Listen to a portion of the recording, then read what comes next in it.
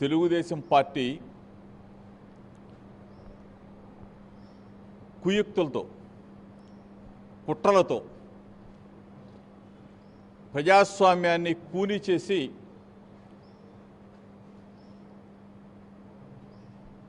మేమేదో గెలిచాం అని చెప్పేసి ఒక కవర్ తీసుకొచ్చి కోర్టు నుంచి తీసుకొచ్చామని చెప్తాం. కోర్టు నుంచి తీసుకొస్తే వారం రోజులుగా ఆ సీల్ కవర్లో ఏముంది?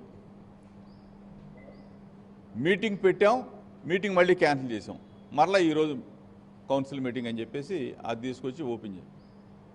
ప్రజాస్వామ్యాన్ని కూని నేను ఒకటే చెప్తా ఉన్నా, నిజంగా ఒక ఎక్స్పెరిమెంట్ చేద్దాం. సంవత్సర కాలంలో మీకు ఒక అవకాశం, ప్రజల్లో మీకు చంద్రబాబు నాయుడు ప్రభుత్వం పట్ల సానుకూలంగా ఉంది, వ్యతిరేకంగా ఉంది అన్న ఒక ఎక్స్పెరిమెంట్ కొండపల్లి మున్సిపాలిటీ నుంచి స్టార్ట్ అవుదామని చెప్పేసి తెలుగుదేశం పార్టీకి నేను ఒక సూచన కూడా చేస్తా ఉన్నాను. సవాలంటే మళ్ళీ ఏదేదో వాగుతూ ఉంటారు. సూచన, ఎందుకంటే మీకు ఆల్రెడీ సర్వేలు వచ్చినాయి. సంవత్సర కాలంలో తెలుగుదేశం ప్రభుత్వం చంద్రబాబు నాయుడు పరిపాలన ఏ విధంగా ఉంది?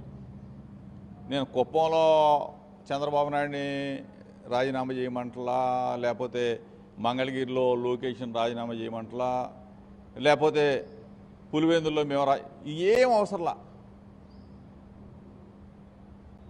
మా కృష్ణప్రసాద్ సవర్ సన్నాసి ఎమ్మెల్యే ఉన్న ఇక్కడ ఒక్క ఎక్స్పెరిమెంట్ అవకాశం ఇవ్వండి.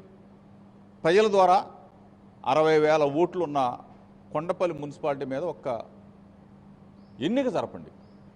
జరిపితే నిజంగా ప్రజలు తెలుగుదేశం పార్టీకి ఓటేసి పట్టం కడితే శభాష్ అని రాష్ట్రం మొత్తం కూడా మెచ్చుకుంటారు.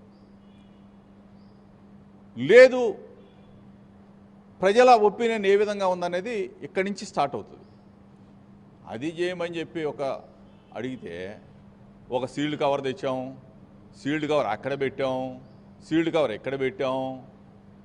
3.5 సంవత్సరాల క్రితం ఎన్నిక జరిగితే ఆ ఎన్నిక ఏంటో కూడా ప్రజాస్వామ్యబద్ధంగా చెప్పలేని చేతగాని సవట సన్నాసి కృష్ణప్రసాద్ ఈరోజు అధికారాన్ని అడ్డం పెట్టుకొని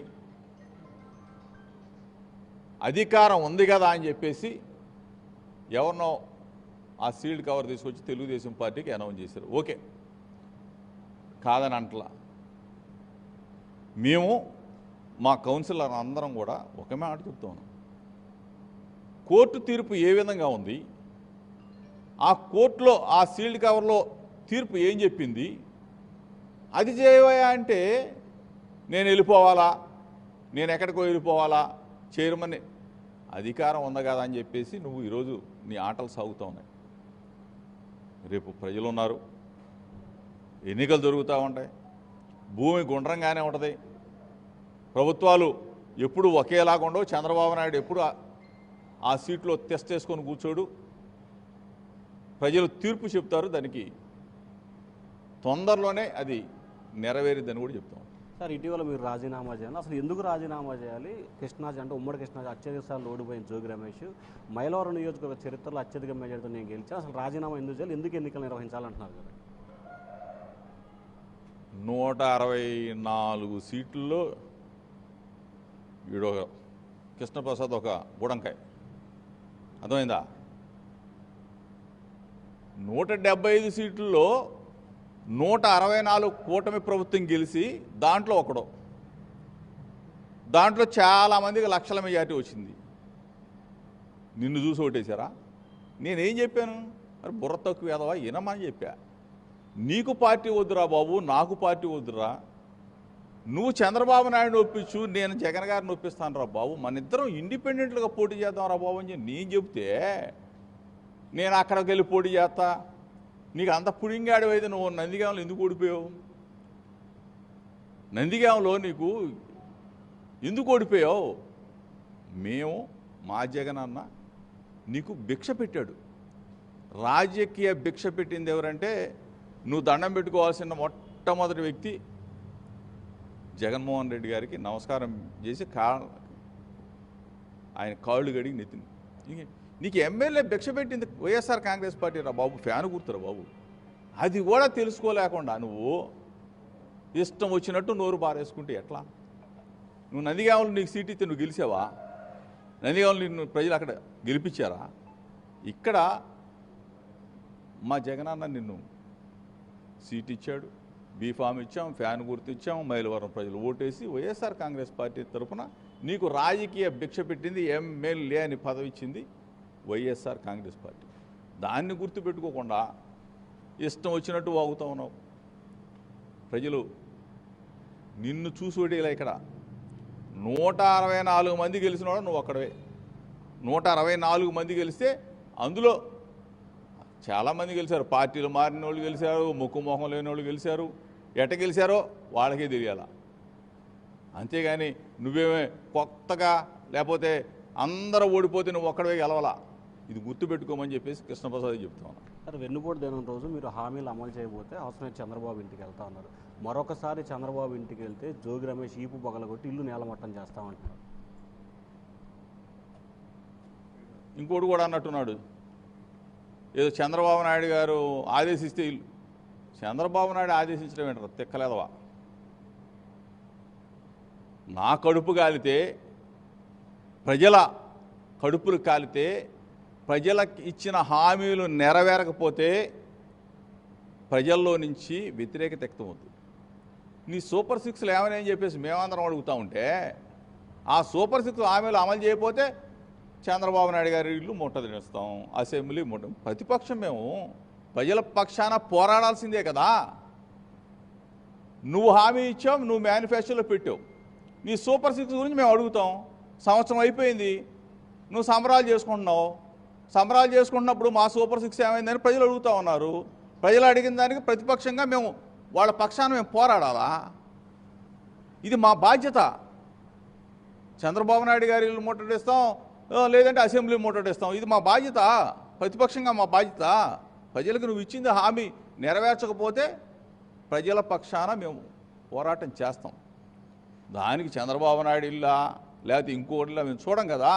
ముఖ్యమంత్రిగా ఎవరు హామీ ఇచ్చారు, చంద్రబాబు నాయుడు తెలుగుదేశం పార్టీ అధ్యక్షుడికి ఏమి హామీ ఇచ్చాడో అది నెరవేర్చమని చెప్పి అడుగుతాం, నిలదీస్తాం. అతనే చెప్పాడు చొక్కా పట్టుకోమని చెప్పేసి.